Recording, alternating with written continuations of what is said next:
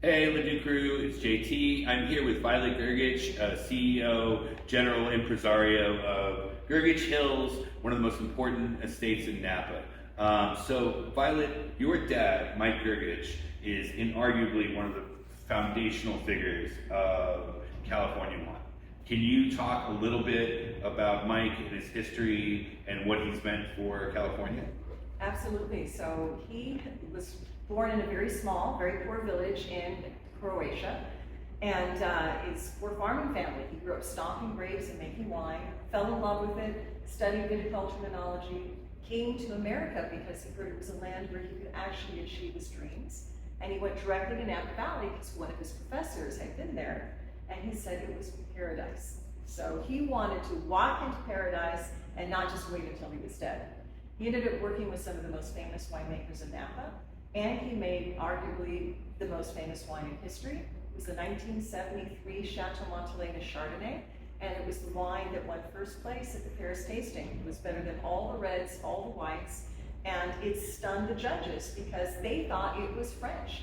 This literally put Napa Valley on the map and opened up the entire world for people to, wow, we can make great wine anywhere. It doesn't have to just be on French soil. Right.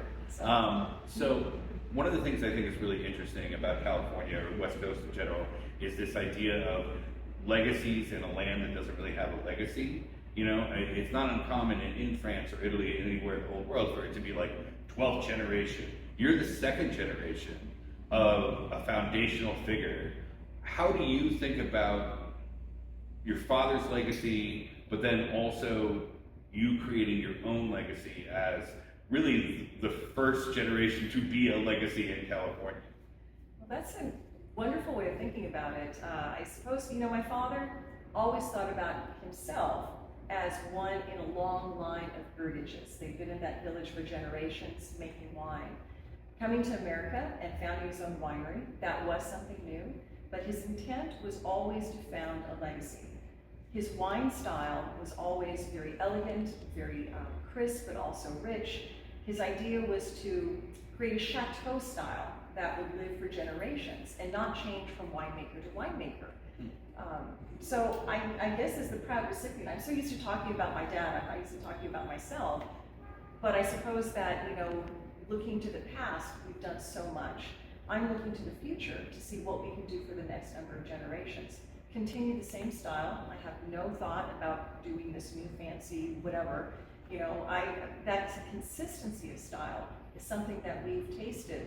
From my dad's 100th birthday, we did a tasting from 1965 BV Private Reserve. There was a Chardonnay Mondavi 69. He made a 69 Cabernet that made Robert Mondavi famous.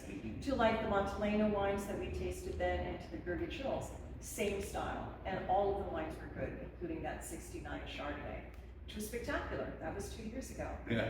But I'm looking to the future. We started farming organically in 2000. That was driven by my cousin, Ivo Yeramas, who's our vice president and winemaker now. And besides organic farming, we got into biodynamic farming to save actually the vineyard that is the basis for this Paradise Blanc. It was supposed to be pulled out due to red leaf virus, and biodynamics literally brought it back to life. After being the first and largest biodynamic certified winery for a number of years, we realized that it was actually insufficient for what we wanted to do going into the future. And so my cousin started experimenting with regenerative organic, and that has literally been what we have been waiting for years. It is almost miraculous, this focus on soil life and soil health. Soil is a living entity, and everything working in harmony around it. It is very practical, and it produces amazing quality wines. We're able to ferment everything on native yeast, which is remarkable because there are hundreds of different strains, and they all give the wine such complexity. They vary from year to year, but you cannot make wines naturally unless you farm naturally. And so regenerative organic is literally the highest level of farming. That's something that we're committed to, not just in our own vineyards, but also encouraging others, our neighbors, Napa Valley, Sonoma, Pasterolas, everyone to participate, because this is the #1 way you can actually combat climate change.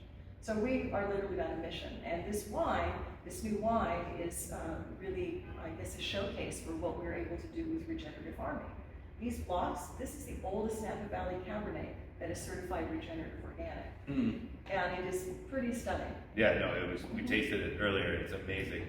So last question, talking about the combining what you're gonna be leaving for the next generation and climate change. I don't know if any of your children are looking to take over or whatever it is, but if we're having this conversation in 25 years, and say I'm talking to one of your kids, what does Napa Valley look like in your mind? What is, you know, like what is, you're saying that your wines are gonna kind of continue, but there's a lot of, you know, is CAB the continued way to go with the increase in temperatures? Are, you know, the fires are certainly something to worry about. Like, what do you think that looks like when the third generation of Grgich is sitting here and doing an interview, maybe like in a hologram or something like that? I don't know what it'll be, technology Fancy that, technology. yeah. I think it's going to look very similar because my father and my cousin have been able to maintain the same style through different farming, different vineyards, different winemaking techniques. That same style, balanced, elegant, complex, is still there. Regenerative organic is the way of the future.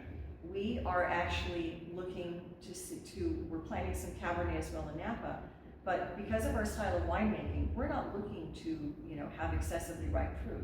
We pick when it's less ripe, more balanced. And with regenerative organic, we've seen pretty much miraculous occurrences. We've had no smoke damage due to regenerative organic. We've had no burning of our grapes. Our neighbors burned to a crisp in 2022. Their soil temperature was 175, ours was 75. And we not only saved the grapes, but they're amazing. So the kind of things that we're able to do with regenerative organic will enable us to go for many more generations to come. It's one of the reasons why we're literally on a mission to convert as many people as possible. Not only is it, you know, more profitable in the long term, but it's actually less expensive in the short term to farm. Our average farming costs are $4,000 to $5,000 less than average Napa Valley. So our neighbors are looking at this, they're starting to listen. My cousin is doing a lot of speaking about this. And I think that the way for me to get my child is still an undergraduate in college, is because she cares so much about climate change that she became vegan. The fact that we're regenerative organic, she was super excited about. My cousin Eva has 6 kids. Actually, 2 of them are already working at the winery, and they are very much committed to the same vision. So I think that if we continue our farming practices, if we continue making our wines in the same style, we'll be saying this maybe 4 or 5 generations to the future. We'll be trying the same wines. Fingers crossed. Well, that would be a mitzvah for all of us. These are some of the most amazing wines, not only in California, but in the world. Violet, thank you so much for everything you're doing and for sitting down with us. Enjoy. Thank you so much.